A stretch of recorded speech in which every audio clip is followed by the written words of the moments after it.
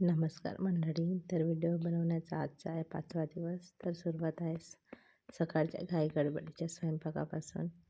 तर मी आज पालकच्या पुऱ्या बनवणार होती, पण वेळ कमी होता. टिफिन बनवायचा होता लवकर आणि मी उशिरा उठली होती, त्याच्यामुळे मग पालकचे नाही का पोळ्याच बनवल्या, म्हणजे पालकचे पराठेच बनवले. तर तेल टाक, माझं तूप संपलेलं आहे, तर तेलानेच आता मी परतून घेणार आहे.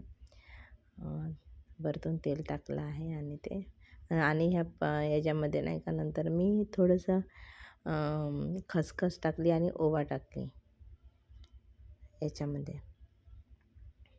तर हे पण छान वाटते असे पालकचे पराठेच. दोन्ही साईडनी अशी परतून घेतली. मला खूप उशीर झाला होता आणि लाल भाजी बनवली होती, लाल चवळीची भाजी ना, ते बनवली होती आज दादा रडत नाही आहे, तर याला बघत होती, तर हा आपला खेळत होता. तर मग हे बघा आता रडायला लागला. माझा स्वयंपाक झाला होता यावेळेपर्यंत. मनस्वी निघून गेली होती स्कूलला. आता सगळा पसारा मला आवरून घ्यायचा होता, याला शांत करायचं होतं.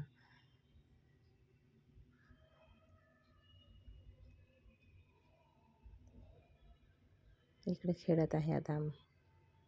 आणि आज ऊन चांगली आहे. कपडे तसे माझे कालच झाले होते धुवून. ऊन आता चांगली आहे आज. नागपूरमधलं वातावरण कधी कमी कधी जास्त होत राहते. थंडी तशी जास्तच आहे आता. कालचा बाजार ठेवायचा होता आणि किचन थोडंसं आवरायचं होतं. किचनमध्ये असंच पसारा आहे पूर्ण.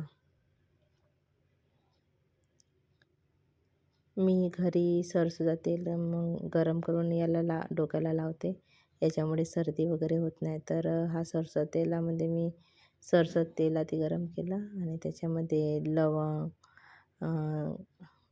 आणि लसणाच्या कळ्या टाकली, मेथी दाणं टाकली थोडीशी त्याच्यामध्ये आणि असं तेल गरम केली.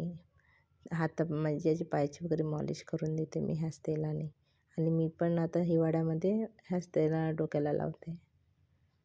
त्याची आंघोळ वगैरे झाली आहे, तर आता त्याला खेळायला दिलेलं आहे मी. थोडंसं जेवण देऊन त्याला आता झोपवलेलं होतं.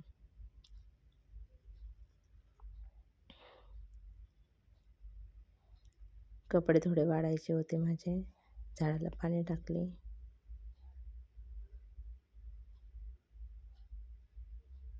मनस्वीनं काही पाणी पिलं नव्हतं, तर तिचं वाचलेलंच बॉटलमधलं पाणी मी झाडांना देत आहे. कपडे काढायचे होते, थोडे ओढले होते आणि थोडे वाढले होते. जे वाढले होते ते कपडे ते काढून टाकले आणि ओलेवाले कपडे ठेवले मी. गुलाबाच्या झाडाला कळी आली आहे. अधूनमधून येतो याला फूल. आता एक कळी आली आणि माझा स्वयंपाक झाला असल्यामुळे मग मी आता काला हिट स्प्रे मारत आहे. काला हिट अधूनमधून मी मारत असते 15 दिवसातून वगैरे, म्हणजे कॉक्रोच वगैरे काही येत नाही. आणि कोपऱ्याला मारते साईडच्या. बेडरूममध्ये पण मारणार थोडंसं, कारण की मच्छर वगैरे असले तर जातात याने.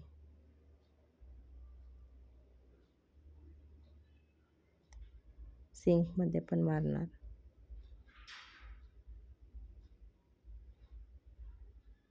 किचन स्वच्छ करून ठेवलेली आहे.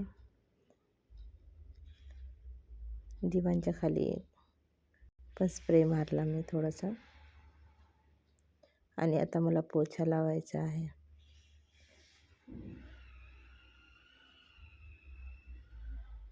कारण की 2 दिवसापासून मी पोछा लावली नव्हती, तर आज पोछा लावली. याला बघूनच मी सगळे कामं करत असते. पोछा वगैरे लावणे, कधी कपडे धुवायचे, कधी कोणते कामं मी स्किपसुद्धा करते याच्या वेळेनुसार. हा जर रडत नसेल तर किंवा झोपला असेल तरच मी कामं करते. यावेळेस तो झोपला होता म्हणून मग मी पोछा लावून घेतली पटकन.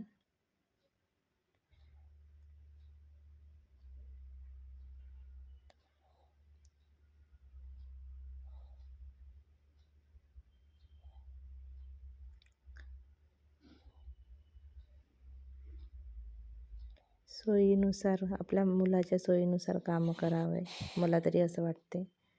अगदी बाळाला रडवून मारून वगैरे काम करण्यात काही अर्थ नाही आहे. तो बघा तो झोपलेला आहे, त्या वेळेमध्ये मी सगळं आपला पोछा वगैरे लावून घेणार आहे पूर्ण घराला.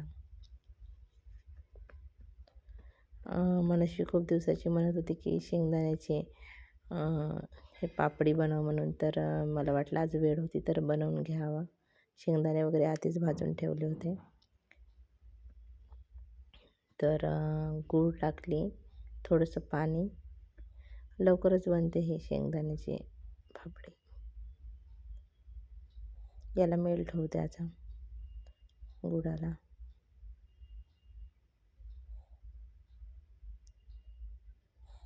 हा उठला पुन्हा, तर याच्याकडे गेली आणि याला सोबत घेऊन गेली. आता 2 वाजले आहेत.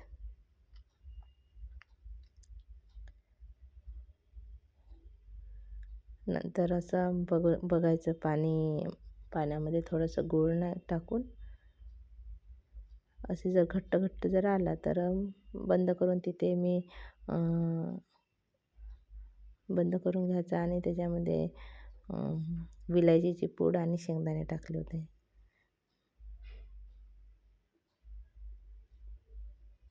एका प्लेटला आधीच हे लावायचं, तेल लावायचं आणि त्याच्यामध्ये परतून घ्यायचं म्हणजे तिथे टाकायचं तेल लावलेल्या प्लेटमध्ये.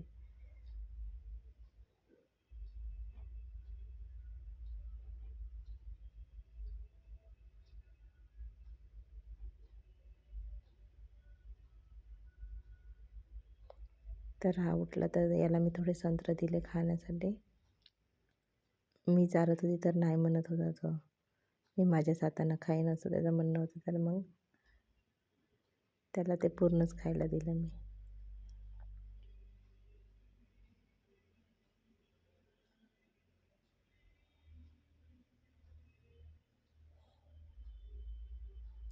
व्हिडिओ आवडल्यास नक्कीच लाईक, शेअर आणि सबस्क्राईब करायला विसरू नका. मला सपोर्ट करा. तो बघा खात आहे, त्याला आंबट वगैरे वाटत असेल.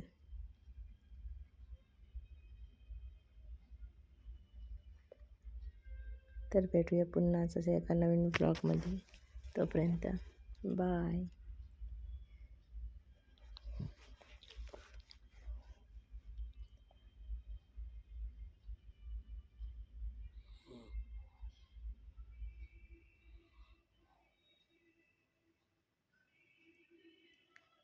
तो स्वतःच्याच हाताने खात आहे.